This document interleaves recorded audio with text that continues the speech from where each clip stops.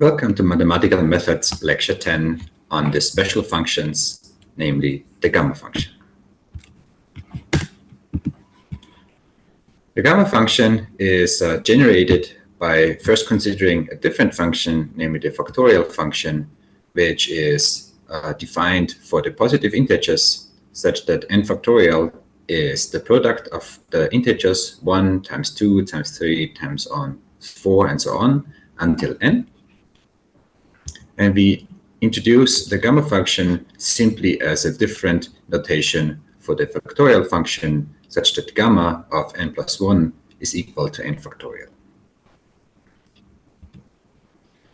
Note that the gamma function fulfills a recurrence relation such that gamma of n plus 1 is simply given as n times gamma of n. Also, for the positive integers, we can write down an integral representation of the gamma function given in equation 10.4. And we will make heavy use of this integral representation in the following. Now, the factorial function is defined for the positive integers. Nevertheless, we may try to interpolate the corresponding function, the gamma function, in between those positive integers. In particular, we might try to find a function, gamma of x, which is defined for the positive real numbers, not only for the integers. To be very explicit, if you consider the following two values of the factorial function, so gamma of 2 is 1 factorial, or 1, gamma of 3 is 2 factorial, or 2, then we may ask the question, well, what is the function gamma of x that interpolates between these two values for x between 2 and 3. This is a problem that has piqued the interest of leading mathematicians in the 20s. That's not the 2020s or 1920s or even 1820s, that's the 1720s. This is the time when people like Daniel Bernoulli, Christian Goldbach, and Leonhard Euler were trying to come up with this function gamma of x that would interpolate between the factorial function that was defined for the positive integers. And they really made a lot of progress in that 18th century. Of course, there are infinitely many ways to, in principle, interpolate a function that's only defined on integers. However, there's a unique way to this interpolation when we require that the function gamma of x fulfills the following two conditions, namely that gamma of 1 is equal to 1, and that gamma of x plus 1 fulfills a recurrence relation of the following form, x of gamma of x, for all positive real numbers, x. It turns out that the integral representation that we used to define the factorial function for the positive integers fulfills this recurrence relation, and in particular we can use it to interpolate the gamma function from the integers to the positive real numbers. So that means that we can define this interpolation through this definition of the gamma function for real positive numbers, and we have this integral representation now where x is now a positive real number, and we can check by integration by parts that this integration formula gives rise to this recurrence relation for all positive real x. So this analytic this interpolation gives us meaning to the gamma function for the positive real numbers. However, it turns out that the integral representation that we had on the previous slide is convergent not only for real numbers, but also for complex numbers with positive real part. So we immediately analytically continue the gamma function using this integral representation from the positive real numbers to the complex numbers with positive real part.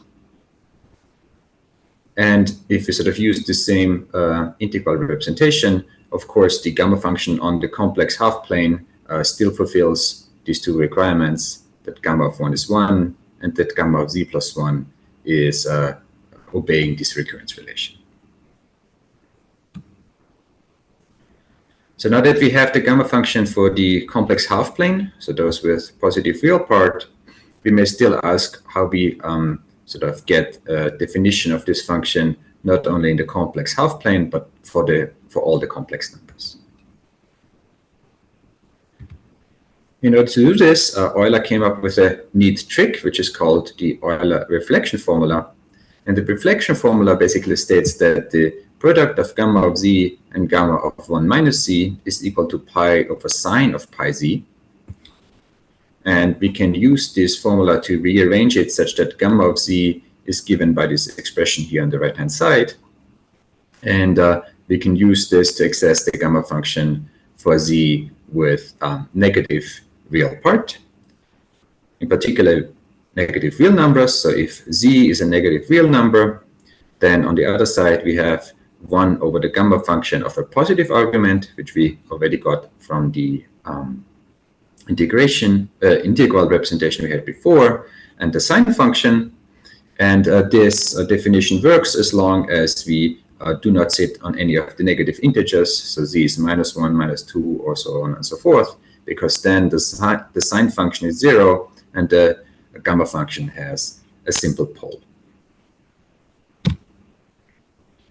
Since this reflection formula is a central tool to getting the analytic continuation of the gamma function to the whole complex domain, I want to quickly give a proof of this formula using Cauchy's theorem. The proof proceeds in several steps. So first we write down the expressions for gamma of z and gamma of 1 minus z for z in the open interval from 0 to 1, so that both of these can be accessed with the integral representation we had before. So gamma of z is then given by the integral representation we had, and gamma of 1 minus z is given by this integral representation. Again, both of these exist for z in this open interval. Then we multiply these two expressions together, gamma of z, gamma of 1 minus z, so we get a double integral.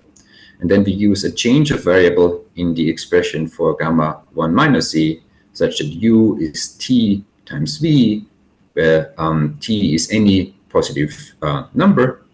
And if we do that, we get two things. We get a change of the integration instead of u now over the variable v. And the other thing we get is that since t is any positive number, we can choose t to be the same t that appears in the definition of the other gamma function. And that is useful because it will sort of cancel the t that's appearing here, so that in total we get an integral representation for this product that involves two integrals and a reasonably simple integrand. Once we have achieved this, we realize that the integral over t in this formula is simple. It's just an exponential.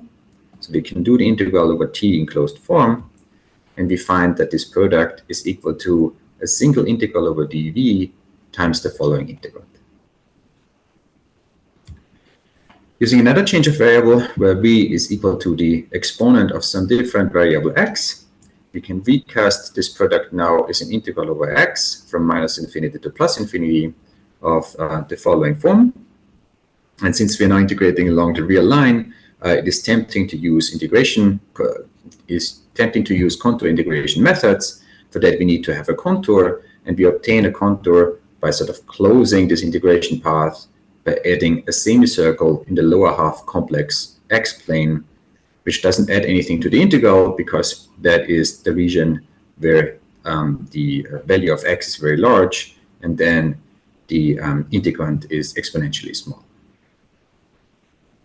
So this is a sketch of this contour here. This is the complex x-plane. Originally, we were integrating along the real x-axis, but now we add this semicircle here in the lower half plane. This doesn't add anything to the integral, but then gives rise to this contour C, which is this whole sort of contour over there, which is now a closed contour. And I have demarcated also the poles of the integrand in this region, which we will use in evaluating the integral. So to summarize, we have this product of the gamma functions expressed in terms of a contour integral over the contour C and this integrand. The integrand, if we look at the denominator is 0, so the integrand has simple poles as long or every time e to the x is -1. So that happens if x takes on the values minus I pi, minus 3 I pi, minus 5 I pi, and so on. So for all of those, e to the x is -1, and then we have a single 0 in the denominator or pole in the integrand. And once that happens, we can evaluate this contour integral using Cauchy's theorem. So we have that the total integral is minus because of the mathematical negative sign of the contour direction times 2 pi I times the sum over all the residues. And we get the residues as usual by sort of taking our function, multiplying by the pole, and taking the limit to x going to the position of these individual poles. Now, these residues are easily evaluated, and we come up with the following expression for this product of gamma function. This involves the sum over all the poles that we have. And we note that this sum here is a geometric sum because it's e to the something times n, so we can solve this geometric sum in closed form. We find that the corresponding form here is such that we have 2 pi I times the difference over two exponentials, and we can recognize this difference of the two exponentials to be nothing else but proportional to the sine function. So we end up with this product being pi over sine of pi of 1 minus z. And then finally, using trigonometric identities, we can find that this sine function is the same as sine pi z, which is the Euler formula for z in this open interval from 0 to 1. And then the final step is that since we've proven this formula for z in the open interval from 0 to 1, we can use analytic continuation of the sine function, which has a unique analytic continuation to the complex numbers, to get an analytic continuation of the Euler formula for the whole complex domain. Once we have the Euler formula for the whole complex domain, this then also gives reason this also gives rise to the analytic continuation of the gamma function, in particular to the complex numbers with negative real part. So in particular on the real line, so if we then plot the function gamma of x, which is obtained using this analytic continuation on the real axis, we have the following result. So for positive x, for the integers, in particular n is 1, n is 2, 3, 4, this is just the factorial function. Then for the real numbers, real positive numbers, we have this interpolation here, which is given by this line here. And then for the negative value of the real numbers, we have a gamma function that is in principle analytic, except for certain poles, namely those where the negative integers lie. So for -1, -2, -3, and -4, and so on and so forth, we have simple poles in the gamma function. Okay, so after this series of steps, we have the function gamma of z, which is an analytic function for z in the complex domain, except for the negative integers. At the negative integers, gamma of z has simple poles. And we can use, for instance, the integral representation to show that there's some special values, such as gamma of 1/2 is equal to square root of pi. Another important property is the approximation formula of gamma for large argument. This is known as the Stirling formula. So if we take gamma of x plus 1 and we take the argument x to be very, very large, one can show that this goes to the following form: square root of 2 pi x times x over e to the x. And since this goes like x to the x, this is sort of super exponential. So there's a very quick increase in the value of this function. Some other important properties of the gamma function that I want to quickly go through are the Legendre duplication formula.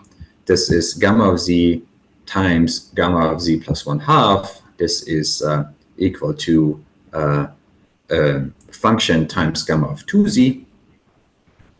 And a generalization of that is Gauss's multiplication theorem, which takes the product of m of these functions and then showed that this is equal to some other function times gamma of mz. And you can check that this reduces back to the case of Legendre's formula, for instance, if m is 2.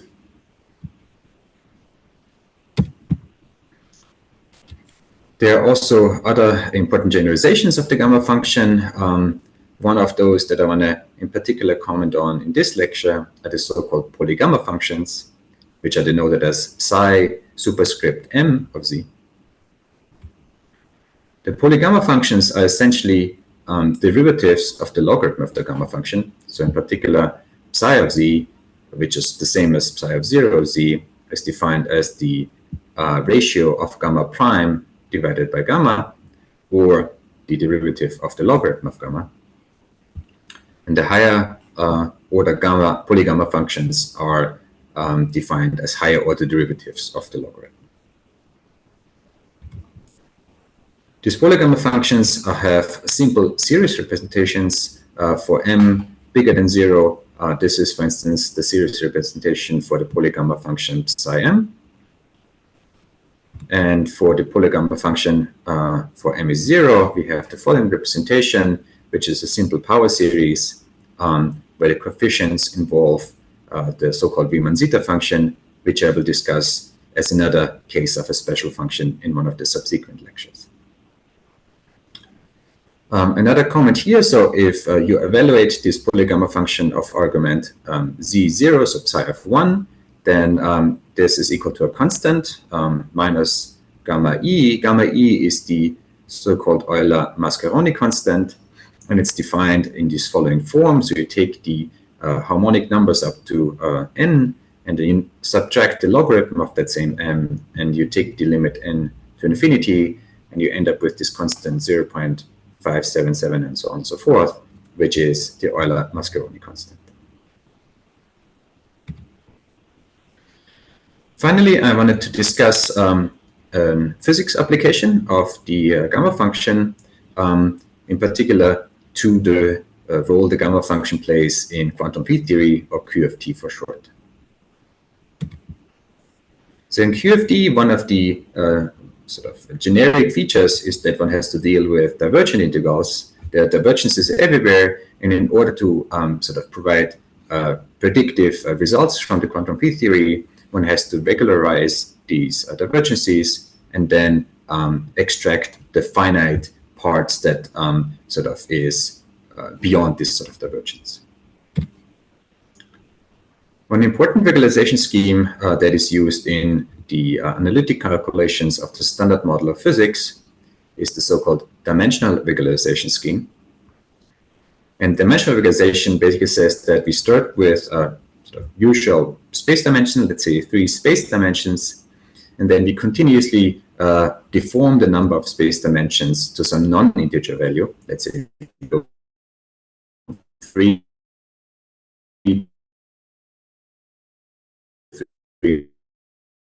minus 2 epsilon, with epsilon a small positive number, and that's sort of try to regularize integral. The particular example that I want to bring is for the vacuum pressure in quantum field theory for a massive scalar field in 4 dimensions. So without proof, for the vacuum pressure is given in equation 10.31, where we have an integral over momenta k in 3 dimensions of the momenta square. Now it is obvious to see that this integral, in order to extract meaningful physics, from 3 dimensions to 3 minus the end of the calculation, we want to still take the limit of epsilon to 0.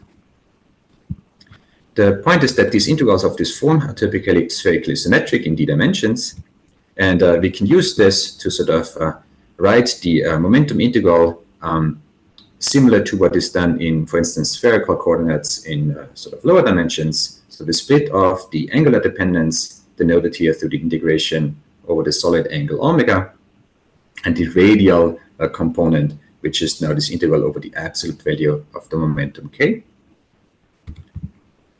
The integral over the solid angle in d dimensions can be done in terms of the gamma function. So we find that the integral over the solid angle is 2 to the pi to the power of 2 times pi to the power of d over 2 divided by gamma of d over 2.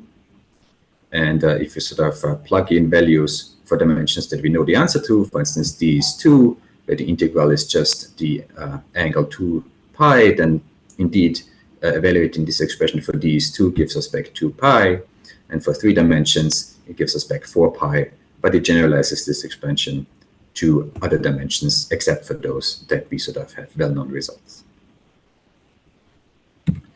The remaining integral is that over the let's call it radial momentum k. If we sort of do a variable substitution with k is m times square root of v, I apologize, this must be m times v, not square root of v, then we end up with an integral of this form here. And no, it is square root of v, I apologize. Then we end up with an integral of the form here, where we've separated out the mass dependence. And this integral here is very similar to the integral that we did for the proof of the Euler formula, where we had this product of two gamma functions. And indeed, going back to the derivation for the Euler formula, we can write down an expression for the product of gamma z and gamma of a minus z with arbitrary a. And we find an integral expression for this product here that looks like this. And then if we compare this formula to the integral that we want to evaluate, we find that it's indeed of the same form if, for our case, a is minus 1/2 and a minus z is equal to d over 2. So that provides the values on this left-hand side and gives us a result for this integral I.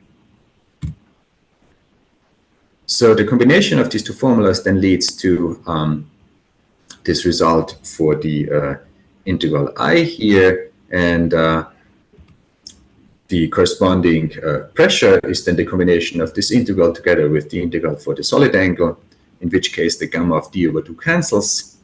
If we finally plug in that d is 3 minus 2 epsilon, we end up with the result for the pressure here, which is given in terms of standard functions and the gamma function of argument minus 2 plus epsilon.